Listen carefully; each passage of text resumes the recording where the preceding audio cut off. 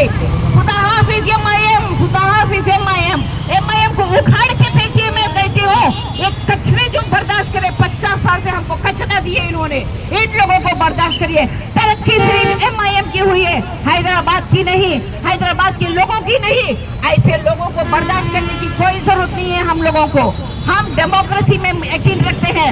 मैं पूछती हूँ आप लोगों को, कोई कंपनी में जब कोई काम सही नहीं करता तो क्या उन लोगों को कंपनी बर्दाश्त करती है? उखाड़ के फेंकती है। मैं बोलती हूँ असदुद्दीन साहब की प्रोग्रेस रिपोर्ट क्या है बताइए मेरे को। कितने जॉब्स निकाले उन्होंने, कितना उन्होंने लोगों को मिलजुल के रखा है, कितना उन्होंने करप्शन। ये लो MIM की कचरा लो। तो पहले मैं आपको बताती हूँ MP असदुद्दीन साहब की 4 टर्म्स 20 साल की प्रोग्रेस रिपोर्ट निकालिए। MIM की 40 साल की प्रोग्रेस रिपोर्ट निकालिए। क्या किया उन्होंने? वक्त की जमीनें कम हो गई, गवर्नमेंट की जमीनें कम हो गई, लोगों में लिकर यहाँ पर ज्यादा हो गया, पीना ज्यादा हो गया, ड्रग्स यहाँ पर ज्यादा हो गया, जॉब्स यहाँ पर कम हो गए, गवर्नमेंट के स्कूल कम हो गए, गवर्नमेंट के हॉस्पिटलों में कम हो गए, सब उनके जॉब्स कुछ भी नहीं है यहाँ पर। कभी उनके जबान से आप लोगों ने सुने कोई यूथ के प्रॉब्लम सुने आपने? यूथ की प्रॉब्लम की डिस्कशन सुने आपने कभी उनके जबान से?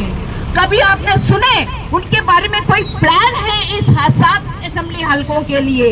हैदराबाद MP के हलके की कभी कोई प्लान सुने?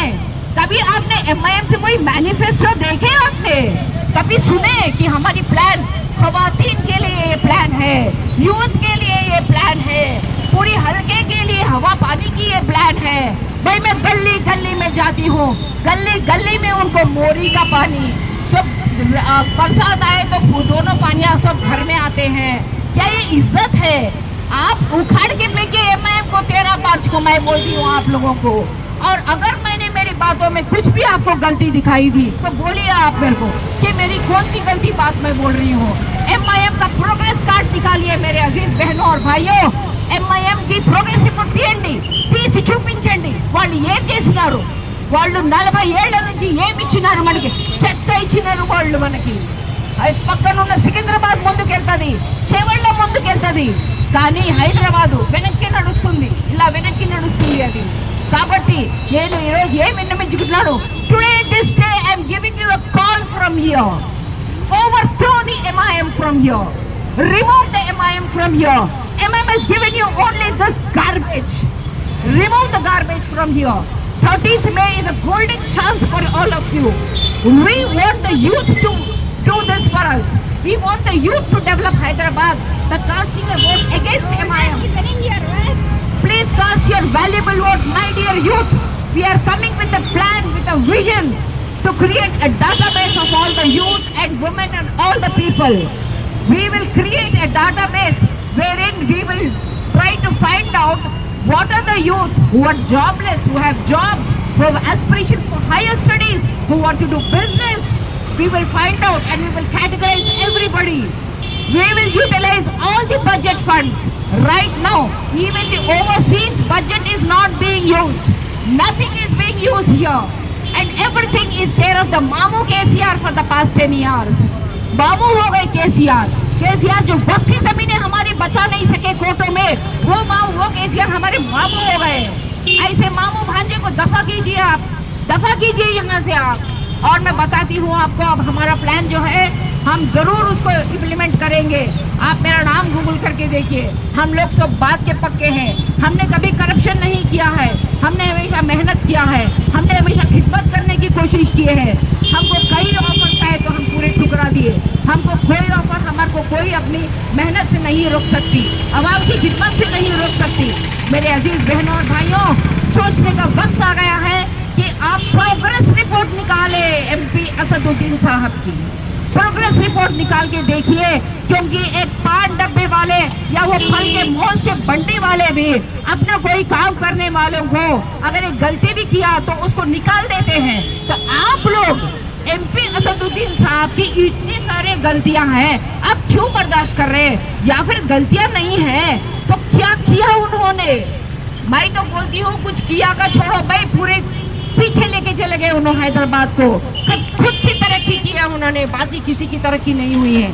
वक्त आ चुका है कि हमारे जो गरीब बहनें हैं, जो रात रात तक मेहनत कर रहे हैं यहाँ पर, और जो गरीब हमारे स्ट्रीट वेंडर्स है, यहाँ मच्छी वालों से बात करके आए हम लोगों ने, कितनी बुरी हाल में है। वो लोग दिल में इतनी डर लेके बैठे हैं कि हमको रोड एक्सपेंशन में हमारी मच्छी बेचने की हमारी छोटी सी जिंदगी निकल जाएंगी, इतने डर और दर्द में है। 15 मच्छी बेचने वाले वहाँ पर, भाई इनका दर्द कौन सुनना, भाई कौन सुनना इनकी दर्द। इनके दर्द क्या कम करना क्या मुश्किल है, क्या नामुमकिन है? नहीं ना, दर्द दूर कर सकते हैं ना। बस ख्याल होना चाहिए, एक ख्याल होना चाहिए कि किसी ने हमको यहाँ एमपी बना के भेजा है। हम आसमान से गिर के एमपी नहीं हुए हैं, हमको किसी ने बनाया है। चाहे वो सही वोटर रहने दो, चाहे वो बोगस वोटर रहने दो, एमपी तो बने। एमपी बनने के बाद एक ही एक काम होता है मेरे अजीज बहनों और भाइयों, सिर्फ संविधान में, दस्तूर हिंद में पॉलिसीज जो होते हैं, खुद के पॉलिसीज को पेश करना, और उसके बाद पॉलिसीज जो है उसको सही अंदाज में अपन इम्प्लीमेंट करना। ये जो कचरा है वो पॉलिसी नहीं है। सही अगर पॉलिसी है, एमपी सही है, कचरा यहाँ नहीं होता। अगर आपके एमपी सही है, मस्जिद की इज्जत होती, मेहनतकश लोगों की इज्जत होती, मंदिर की इज्जत होती, सब लोगों की इज्जत होती। लेकिन यहाँ के एमपी को अवाम की बिल्कुल इज्जत नहीं है। पहचान लो अपने एमपी को और उनको निकाल दो यहाँ से। बहुत बर्दाश्त किए हमने उनको 50 साल से, सबको दबा के रखे। अब मैं आखिरी 2 बातें बोलती हूँ आपको, सोचो आप लोग, जो भी लोग बहुत बातें बोल रहे, सोचो आप लोग, ये सोचो कि जो सारे इंडिया में आप लोग बोलते हैं कि इलेक्टोरल बॉन्ड्स की वजह से जो वसूली की सरकार चल रही है, मैं बोलती हूँ यहाँ तो लोग बोलते हैं कि गली गली में आके यहाँ पर वसूली करते हैं। भाई तो यहाँ की वसूली की सरकार क्यों नहीं निकालते थे आप लोग? और मैं ये देखो मैन, उनको फेस नहीं लो, फेस ना बोलो, ऐसा आके कचरा फेंक रहे। भाई कचरा कुंडी है ये, इज्जत है इसमें। उन लोगों को जगह नहीं दिया गया, उनको बताया नहीं गया कि कचरा कहाँ फेंकना है। किसकी जिम्मेदारी है भाई? वो एमपी होते क्यों हैं? एमपी होते क्यों हैं?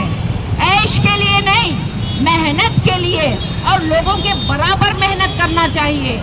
एमपी और अवाम में फर्क नहीं होता, नहीं होता, सुन लो आप लोग। और मैं एक बात बताती हूँ आपको, जब मीडिया पूरी बोलते हैं इंडिया में कि गोदी मीडिया है, अब गोदी मीडिया के ऊपर प्रेशर आ रहा है, लोगों के ऊपर दबाव आ रहा है, या फिर उनको कुछ फेवर और फियर करके उनको दबाया जा रहा है, तो मैं पूछती हूँ ओल्ड सिटी हैदराबाद की जो मीडिया है, क्या उनके ऊपर दबाव नहीं है?